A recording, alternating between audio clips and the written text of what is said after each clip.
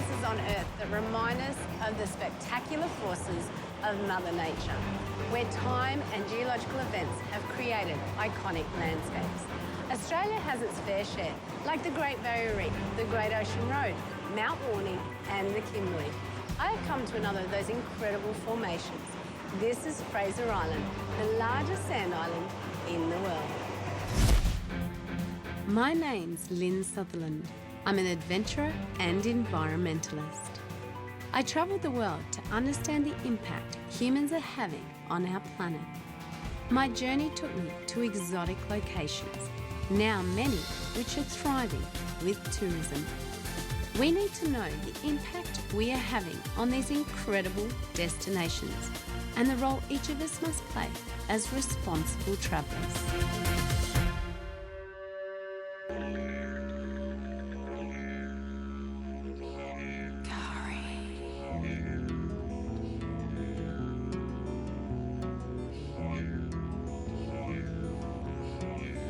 The Great Barrier Reef is Australia's most famous iconic landscape. But what the Great Barrier Reef is to the reefs of the world, Fraser Island is to the sand masses, the granddaddy of them all. And this massive sand island supports so many different, diverse habitats. It's an adventurous playground, but what I remember most about this beautiful island is the wild dingoes. The dingo is one of the world's oldest dogs, and here on Fraser Island is one of the last pockets of pure dingoes left in Australia. Geologists say Fraser Island has been around for 800,000 years, and its dunes have the longest and most complete age sequence of coastal dunes anywhere in the world. To understand the extent of the geological history, I joined Joanne McKay, an eco-guide on Fraser Island, who understands the significance of this incredible island. So, Jo, this is Indian Head, and this is one of the three peaks that actually help form the whole of Fraser Island. Is that correct? Absolutely. And, of course, these were old volcanic mountains, of course, long since eroded away. The origin of the sand, of course, originated from the Antarctica. So it's been on an incredible journey to actually make it here. And, of course, if we didn't have Indian Head, a volcanic plug, and we didn't have Middle Rock or Waddy Point, of course, we wouldn't have a Fraser Island. We would have no Great Barrier Reef because this sand would have still came and would have continued this journey further north till it got to its next fixed point. So it's quite an attraction, isn't it, this place? Because you get up to 500,000 people here. Do you think those people really realise the significance of this place? No, absolutely not, which is rather a shame. So, of course, having the opportunity to, of course, express the passion, the reality of the island and the appreciation. You see something beautiful, but, of course, if you learn the actual collection of the sand, it's an ecological, biological phenomenon through, 13 ice ages, I believe. As the sea level dropped, these sand deposits became exposed, and the wind pushed the dry sand into dunes. A sand island becomes a prime target for birds, a key species responsible for transforming otherwise desolate areas into areas of rich biodiversity. Welcome to the Sahara Desert. Now, if I didn't tell you this wasn't the Sahara Desert, you wouldn't know any different, right? Well, to tell you the truth, I'm still on the track to Lake Wabi. But this is one of the natural sand blows that you get here at Fraser Island. And that means there's plenty of sand. Looking down from the coastal dunes, I gasped in awe at the beauty of the emerald Lake Wabi. I started down toward the lake and could not help but break into a run. But once at the bottom, staring out toward the lush forests, I started to take in the layers of biodiversity. The first wave of growth are the salt-tolerant species. Over the years, the soil continues to be enriched by numerous plant layers, and the further you venture in, the more fertile the soil becomes. It's pretty cool when you drive down these sandy tracks how the environments just seem to change. One minute you're driving through eucalypt forests and then you're surrounded by a full-blown rainforest. Some of these trees here are massive, and it really is hard to imagine how they grow out of sand. Here, there are 5 different ecosystems, but nestled within the valleys is the lushest ecosystem of them all, the rainforest. There are in fact over 800 species of plant life on Fraser Island. This water is so clear, if it wasn't moving, you couldn't even see that it's here.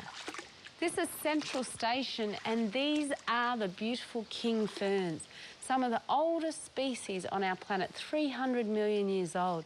In fact, they're only found in secluded pockets in Asia, the tropical north, and a few areas, including this one right here, along the east coast. On a sand island surrounded by sea, rainfall plays a vital role. An abundance of natural springs feed multiple freshwater streams that ceaselessly pour into the Pacific Ocean. Ah! But the best way to enjoy this place is on one of these. Woohoo! Eli Creek was a vital water source for the Indigenous people, who used to call Fraser Island home. But this peaceful-looking stream can spill up to 4 million litres of water every hour into the sea. Not all the 1,800 millimetres annual rainfall spills into the sea. Much of it filters down through the sand, and beneath the island is a huge underground reservoir of fresh water. The island also has other water-catching techniques. So, Jo, what's so special about Lake Mackenzie? Because there's heaps of people here, but there's also an Indigenous name for it. What is it? Well, this lake's actually known as Lake Boringora. So, I mean, the name actually refers to the beautiful blue colour, of course, which is the reflection of the sky. So how did this beautiful lake form? This lake actually sits high in the dunes. It's what we call a perch lake. On Fraser Island, we have 42, and on the world, we have 82. Wow. So we've we've got basically over half. We've got over half. Wow. So a perch system is basically a closed lake. So it has no spring feeding. The only water in is rainfall. The only water out is evaporation. So the lake level today, of course, is much higher than we've ever experienced because we had all that rainfall. So just like a cup, an evaporation, without rain, of course, you will slowly disappear. But Lake Mackenzie is one of our largest lakes on the island, so therefore we'll never lose this lake. If we lost this lake, I don't think we'd have... The island's dry. The island's dry. It's Bimogen, down the bottom of the island, is actually our largest perch lake. But it looks very different to this. It's actually a tannin stain lake. So it's brown. It's brown. Yeah. Again, environment, we've got the beautiful silica sand. Organic material, of course, cleanses those tannins. Bimogen, of course, lays on the coffee rock. So the old forest from the bygone era and previous development, of course, leaches out organic material in the colours, just like tea leaves in a cup of tea. Cute. So it's not polluted. Of course, if anything, if you jumped in that lake, you'd be purified because it's all the melaleuca, it's all antibacterial. It's probably good for your skin. Absolutely. Fraser Island is over 120 kilometres long along the eastern beach and sometimes seems just like a sand highway. There are some wonderful spots that most people explore. It's paradise. This is the Champagne Pools. If you had a pool at home, you could only wish it looked this good. Look at it. The waves come crashing in. The water is absolutely crystal. There's even little fish swimming around in it. Tides play a large part of itineraries on Fraser Island. At low tide, you can cover a lot of ground, driving on the hard sand. Beach driving can be lots of fun, but watch your speeds. Drivers must negotiate the many streams flowing out to the sea. Be warned, speeding on Fraser Island can be a very costly exercise. There have also been reports of people driving into flocks of terns, as well as a number of fatal dingo strikes. Some of these strikes may have been on purpose. There are literally hundreds of terns resting on this sandbank behind me. Just remember, this is a World Heritage Area, and these places are here for our wildlife. So when you drive along the beaches, just remember that. Slow down and make sure that these guys are safe. It's no wonder Fraser Island has earned its place as a World Heritage Landscape, an irreplaceable asset to be protected at all costs. But are we threatening the very wonders that are of World Heritage value? It's as amazing as it is to actually be applied to a place, but of course it does bring more tourists. So with the onset of more people on the island, the impact and, of course, the struggle to manage and conserve, of course, the beauty and the sensitivity. Now, this is a completely symbiotic environment. Nothing here survives on its own, but together, magic happens. Amongst the adventure was another burning issue. Everywhere I went were signs of dingoes and how they are dangerous creatures. There are electric fences around the resorts and dangerous-looking grid systems which I would hate to fall down in the dark. The dingo has been on Fraser Island for thousands of years and plays a vital role in Australia's ecology. In the whole of Australia's European history, there has only ever been one proven human fatality to a dingo. Unfortunately, that attack was here. But revenge is bittersweet. Dozens of dingoes were destroyed as a result. This culling of dingoes on Fraser was an immense overreaction caused by media hype. Incidents usually happen because we forget dingoes are wild dogs who have to live and survive here while trying to adjust to a massive influx of tourism. To understand more about dingoes, I travelled to a dingo sanctuary. Here I met up with wildlife conservationist Bob Irwin, father to the legendary late Steve Irwin. I'm at the Dingo Sanctuary. This is Dingo Simon's place. Now, he's very passionate about dingoes, and a lot of these dingoes have been rescued and brought here from the wild. He's got 8 purebred dingoes, and what he's trying to do is educate people that dingoes are just as beautiful as our domestic dogs, but also realise that they're wild animals. But take a look at this. Hello, guys, how are you? Most Australian dingoes are ginger or sandy coloured with white chests. But there are also dark coloured and almost white dingoes. Well, Bob, these are the dingoes I've had for some time.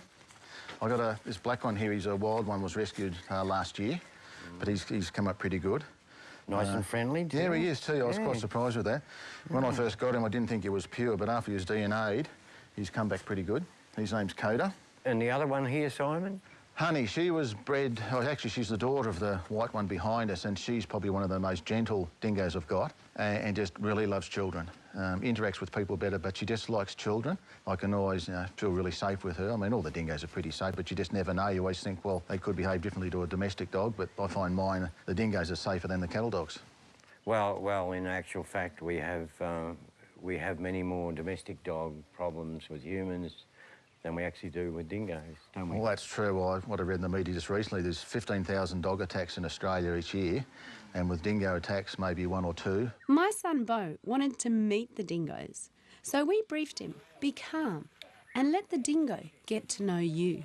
So when we go in through the gate, they're going to probably jump all over you, but you won't be scared, will you? Yeah, because they're going to jump on, they want to lick you. Like all animals in our world, if they are not threatened and have not been mistreated, generally, they are compassionate and loving. However, a wild animal has to hunt for a living. It is nature and a fact. A wild dingo should be respected, but never approach them. Honey, sit. Honey? Shake hands. Just shake hands. Now, just hold the biscuit up so she'll take it gently out your hand. She's very gentle. How's that? Good, eh? It didn't take long before Bo and the dingoes became best mates. Shake. Handshake. Handshake. Handshake. See? That's it. The Aborigines always fed them. Yeah, they're always catching fish and just throwing them on the ground. The dingoes love fish. I mean, I've seen footies now where people are backing their boats up near the shore and the dingoes run out. And they're away sleeping and people throwing that bit of fish in the dingoes. And dingoes hang around the fishermen because they know they're going to get a feed. They associate people with food. No. Yeah. And they're also creatures of opportunity. But a lot of people don't realise that, probably 60% of their diet is fish. Many pure dingoes are quite gentle creatures, even in the wild. But much of their food source and hunting grounds have been replaced by grazing land and grazing animals. It's no wonder there have been attacks on farmers' stocks. But on Fraser Island, where there are no farms, there are other issues. The thing is, the locals and the residents don't have a problem with the dingo. It's only I find it's the overseas tourists. Maybe they understand English as good as we do, or maybe they've got their own attitude, I don't know, but they seem to be the ones that get into a bit of bother. Whereas you don't find any local being hurt or harassed by a dingo, just some of these, the odd tourist, and that's the one that makes the media. And I think that's a shame, but I know locals that have been living there for 30 years and they've had dingoes come around their backyard while they're hanging up the clothes or hang on their pool. And I said, you know, do you feed them or touch them? I said, no, they just hang around us. We leave them alone, they just come and go, but they feel safe in their property because no one's hassling them. This saying that a good dingo's a dead dingo, which offends me, when really they're quite a wonderful animal to be around. And hopefully in time, you know, more people will understand that. So you can see that although dingoes have this terrible reputation of just being cold-blooded killers, you can see they're just beautiful animals. See, oh, kisses, lots of kisses. I am getting spoiled. I returned to Fraser Island. This time, Bob came along as well. We stayed in Yurong in a wonderful beach shack owned by the locals. Therefore, the economy supports them. Later that evening, we headed to the beach to see if we could find a dingo. I personally think that the biggest problem we have now managing this island is that we don't have enough information. No, absolutely. That's our biggest problem. Absolutely. And of course, originally with any visitors coming to the island, the only information you do receive is actually a DL size saying some dingoes are dangerous. So, of course, that's not education. So with that fear mentality, of course, delivered when people do come, so you maybe have children around, your action, dingo, run, of course, with the biology and nature of the dingo, then that causes the incidents. I wouldn't call them an attack, as you saw with our dingo before. I mean, tail nice and relaxed. Yeah. But, of course, I do actually know this animal. She was a Yurong dog.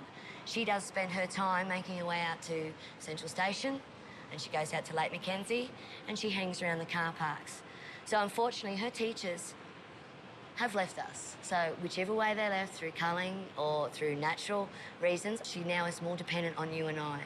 And I just didn't think they consider the fact of the life of the dingo before World Heritage, in the fact that we just had forestry, the loggers, the sand miners, they had their camps. These dingoes knew not to go into camp.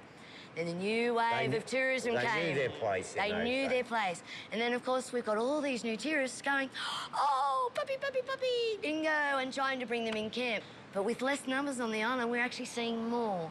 And again, unfortunately, with that, the most dominant creatures are the ones that are more gregarious, and they're out there, and of course, they were the ones that would come out and come and talk to us. And with the unfortunate fact of lack of education, their interaction was not positive. So, of course, the lawsuits began. Culling. We had to appease, of course, the rest of the world. My solution, the way I would see it, is to actually, of course, have all culling stop. We do have mature dogs up the top end of the island, and, of course, in areas on the island where we don't have a large population of tourists going. So, of course, the focus is not in them, and they haven't had the high degree of culling of their family groups. So they are effectively keeping a cohesive family, and they are very independent. The next morning, I awoke to paradise, taking an early stroll and looking out for wildlife. It is not uncommon to see ospreys and hawks flying over the forests and fishing along the shoreline. If you are really lucky, once in a while you see something extraordinary, like a white-bellied sea eagle catching a snake.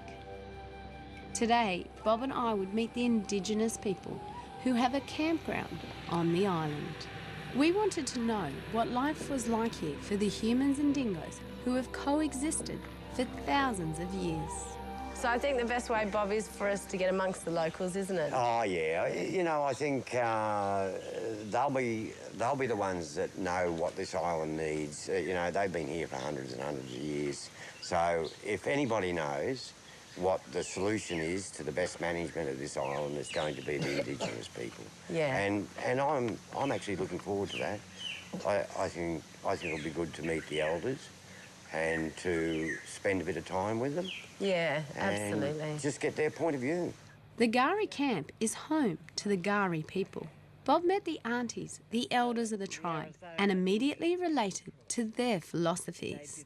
These people are the traditional caretakers of Fraser Island, and like the dingoes, are adjusting to our way of life. So how special is Fraser Island to you guys? Oh, well, our grandfather was born, great-grandfather was born here, and probably his father and his father, you know. Goes way back. It's a very sacred place to us, you know, and very spiritual. Archaeologists, they found middens. There was one 10,000 years old, there was one 40,000 years old, and there was one 100,000 years old. That's how long we've been over here, you know? Yeah. And there was about five or more thousand bachelors on here. Now you can count us on your fingers. You're kidding. Mm. So what happened? What happened to your people? The government brought a ship in called the Aramac, and they told the old people that they were taking the children over to Harvey Bay for a party, and then they took them all up to north, up to Cairns. That's the only way they can get them off. Get them off, so the old people followed them. Mm. They were throwing themselves in the, you know, ocean there and pulling their hair out and chucking all sand over them, you know, crying out for their kids and that. They took them away. Some of them never ever seen them again, eh? And what about the dingoes? Are they part of who you are? Yes. They were here before you white fellas. They were pets. People had them in the camps, you know, with them. Wherever people went, they followed. They're just like a domestic dog over there on the mainland, you know. So how do you feel about what they've been doing to dingoes on the island? No, it's terrible. Just lack of understanding? They want shooting, not the dingoes. Do you think it's just lack of understanding and we've got to try and get people connected back to their environment? You know, if only people could, they could all come here and see how Sister goes with us. Yeah. How she follows us around everywhere. They know their names, you know, but we call them names, and she'd be way down the back there and I'll be singing out there, she'll come up. In other places they could get shot for that, couldn't they? Yes, it's terrible what they're doing to them. They're only, you know, purebred dingoes in Australia, I think. So these guys were like camp dogs for you? These are our camp dogs, yeah. Yeah. She was born here, sister was born here. When the dogs were part of your society, did you ever have trouble with dingoes or? No. So it's really the hysteria that people put back onto the dingo as well, isn't it? Yeah, and the dingo knows you're scared of him too, you know? He's not a savage dog. No. He's not a savage dog, they're not savage. Only if you torment them. Some backpackers are very foolish. They'll frighten them, go like that, you know? You don't frighten the dingo. So humans can be absolutely terrifying to animals. Yeah, and as soon as an animal even defends itself or gets upset, we jump all over it. That's right, yeah. They just run straight for the rangers. Oh, that dingo up there bit me, you know? You just leave them alone and just walk along, let them do their own thing, and you do that. They won't touch you. To show our appreciation, we took a friend of ours who loves cooking his bush tucker. He wanted to show the Gari people that we admire their culture and try and offer some campground cooking that had the flavours of the bush. Zoe, what do you reckon? Can we eat? Yeah, okay, let's try it. Let's go. Okay, yay. Is it good? Fingers is how you should eat it. After enjoying the exquisite flavours, it was time for a welcome dance.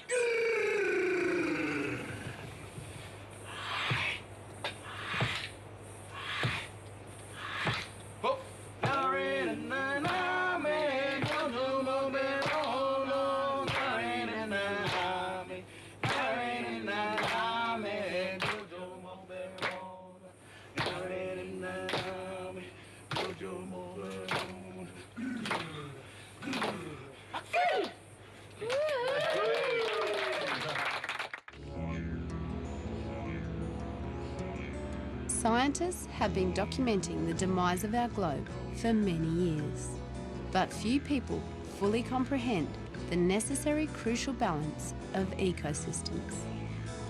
It's not just a game of chance we are now playing, but a game of probability that in the coming decades we could in fact destroy the very ecosystems that keep us alive by not understanding the need to preserve all species and environments, not just man.